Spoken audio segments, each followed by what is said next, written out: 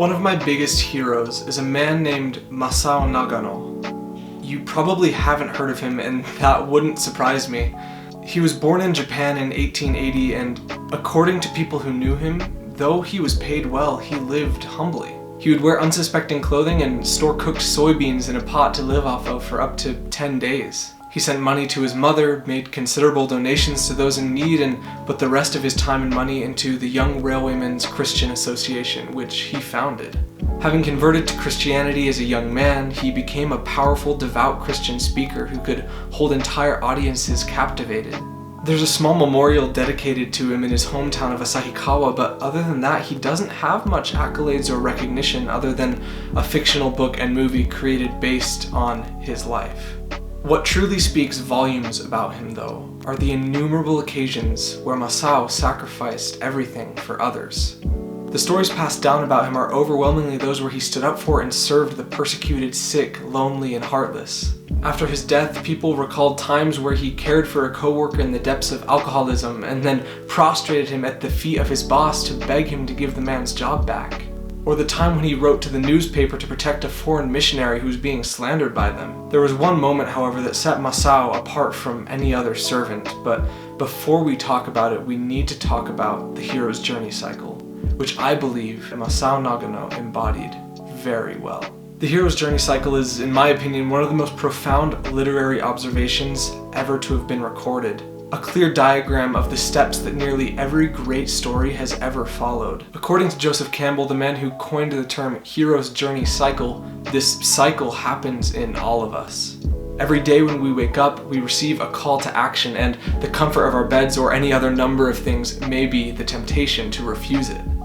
As Campbell puts it, we have the opportunity to live a microcosmic story every single day, but we need to answer the call. So what is your call? Is it school, work, a personal passion or project, or family? Every single one of us has one, but I don't think that we live up to them as often as we could. Should we choose to, what might that look like? Now, foregoing an analysis on the entire cycle in order to answer this question, I think there's a very important part of it that we often either avoid or forget: the death and rebirth.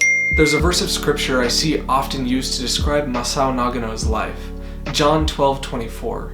Verily, verily, I say unto you, except a corn of wheat fall into the ground and die, it abideth alone. But if it die, it bringeth forth much fruit. The use of the word die in this verse is interesting at the very least, and honestly, it does seem pretty contradictory that a seed in the process of creating life dies. When we look into it a little deeper, however, it does make a lot of sense. See, a seed, much like an egg, is an embryonic organism. There's a piece of life right in the center, but everything else is only there to feed and protect the embryo. So when the embryo germinates, the rest of the seed is no longer needed, and it both dies and is born at once. This is death and rebirth, a principle much like evangelium that we all inherently understand. See, Jesus isn't actually teaching a biology lesson with this verse. He's teaching an eternal truth. He's teaching about us. Everywhere we look, we see this pattern that Jesus lays out. In most literary classics, critically acclaimed movies, and otherwise, a main character dies and people hate it. The Matrix is a prime example. Book 7 of Harry Potter is another great one, and The Return of the King hits hard in this sense. There are plenty, and as we talked about last week, the characters in great stories are modeled after us. So, unfortunately, in order to live a great story, we have to die. But not real death. Not yet, anyway. The key thing to remember is that this death is not one of finality. It's right in the middle of the story, and so therefore the hero must be reborn. The literary death and rebirth is ultimately a symbol of the main character becoming a hero. By overcoming the fear of death and in so dying, leaving behind who he used to be. It's meant to show us that we can do the same. The literal example of this is Christ dying on the cross, gaining power over death, and returning 3 days later. The good thing, though, is that I think this death isn't usually as dramatic for us, and that in real life we can rightly translate it to something more like sacrifice. C.S. Lewis puts it this way: Christianity teaches us that the terrible task, or death, has already in some sense been accomplished for us. that a master's hand is holding ours as we attempt to trace the difficult letters, and that our script need only be a copy, not an original. Again, where the other systems expose our total nature to death, Christianity demands only that we set right a misdirection of our nature. In order to become the hero of our story, we need to be willing to make the ultimate sacrifice, to set right the misdirections of our nature. This means that we must be willing to rid ourselves of anything that we feel is holding us back. We must be willing to figuratively die and be reborn as a new person. What does this look like? I think it will be different based on every individual person. For some, it may be a struggle with addiction, whether that's drug addiction, pornography addiction, or social media addiction. For others, it may be a struggle with disability or weakness. For others, it may be overcoming trauma, but for everyone, it is a matter of making the ultimate sacrifice of ourselves and the day-to-day things that tear us down. When we represent the act of death by making the ultimate sacrifice of time, of pain, or of fear, we are reborn as the hero we were always meant to be.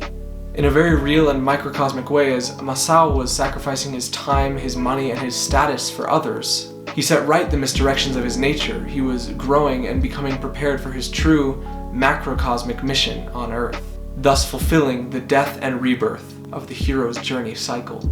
But there's another kind of death in the hero's journey cycle, one even more overlooked than the first, but yet truly literal. It is so overlooked that I haven't yet found a visual diagram that mentions it. And though the first death is at the bottom of the cycle, this one is at the top. Joseph Campbell calls it the departure of the hero. Quote, "The last act in the biography of the hero is that of the death or departure. Here the whole sense of life is epitomized. Needless to say, the hero would be no hero if death held for him any terror. The first condition is reconciliation with the grave." This death is one commonly known to be avoided at all costs by the hero, because while the first one included a rebirth into the physical world, this one does not. And that's what makes it so scary for us and for our heroes. Bilbo reacting to the ring is a great example of a dying hero willing to do anything to avoid their final act. Nevertheless, the final act comes, and it is only those who are prepared for it that complete their cycle perfectly. So what is it, and how do we prepare for it then? If the first death in the hero's journey cycle represents a microcosm, then the final one represents a macrocosm. As C.S. Lewis puts it, the hero's departure, or the second death, is a complete surrendering of one's will to God. Why? Because our agency is the only thing that has been given to us by God that He desires back. It is what makes us, us. But we're human and we like breaking the rules, so for all our lives we retain our will, we use it for merriment and levity, and we live out our lives as we want to live them. So inevitably we find ourselves broken, disabled, addicted, sorrowful, and lost. Somewhere along the way though, we realize that in practice and preparation for our final death, we must learn to die a daily death. Indeed, if the hero's journey is daily, so also is the death and rebirth.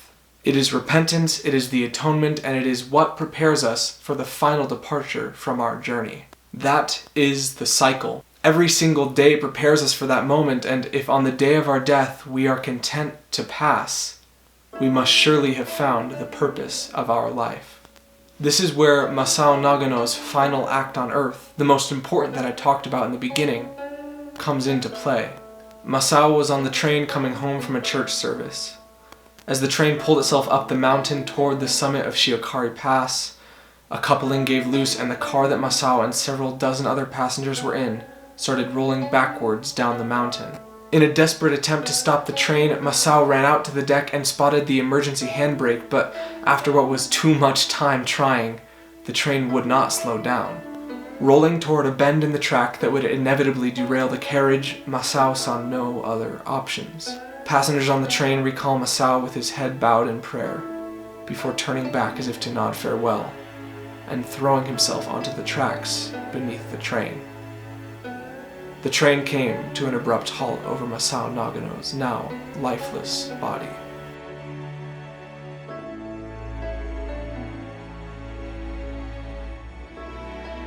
So I still wonder, what might it look like to surrender your whole will to God?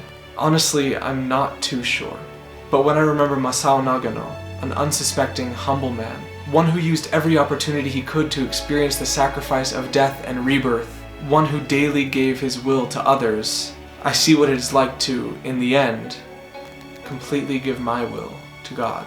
This was the moment that set Masao Nagano apart. He became the seed in the book of John that fell forth on that snowy night and, in dying, brought forth much fruit. This principle created the true apotheosis of his life. So though it may not be so grand and dramatic for us in either form of death that we face, we do have the power to make it meaningful. It will involve pain, suffering, and sacrifice, but if it did not, it would not be death. It must be done from the pure will to obey, in the absence or in the teeth of inclination. Upon receiving news of Masao's death, members of his congregation were shocked, but not for the reason you might think. One member commented, "At around 2100 hours that evening, toward the end of a meeting, an errand from the station brought us the tragic news. We were however convinced that it was a case of mistaken identity because a short while ago Mr. Nagano had come in and started to pray in the front row as usual. But when we looked around, we were startled to see that there was no sign of him. Masao Nagano knew how to live a beautiful story, but he also knew to whom he owed credit. We can learn infinitely from his lifelong mission and final act of submitting his will to God. A man who even in death maintained his aptitude of selflessness. In life there is inevitably death, but by the same metric, in death there is undoubtedly life."